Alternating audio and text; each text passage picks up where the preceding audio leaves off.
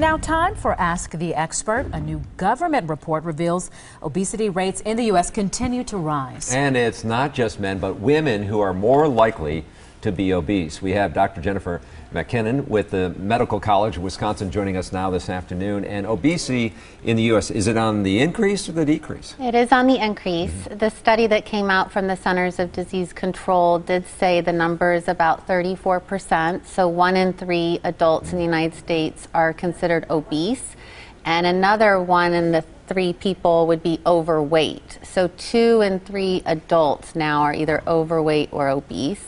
Wow, so the big question is, how do I know if I'm just overweight or I am obese? So now when you go to your doctor or a health club, it's really important to do a body mass index. So your weight in relation to your height.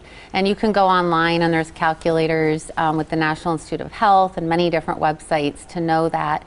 It's if you're over 25 BMI or body mass index, that's considered overweight. I usually give 10% for big body frames, but you're really not supposed to do that. Okay. And then over 30 is considered obese. So why are we seeing more women versus men? That was a very interesting part of the study as it was coming out. I think 38% of women are overweight in the U.S. and 34% of men. Obese, excuse me, not overweight.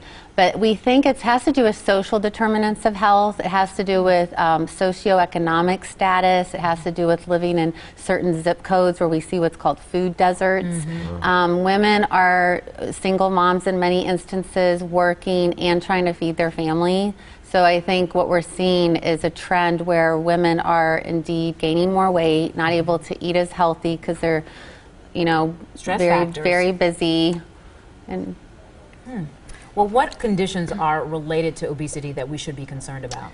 Well, diabetes, this being Diabetes Awareness Month, I think is important. And now we have a recommendation that if your body mass index is high, you should be screened for diabetes starting at age 40.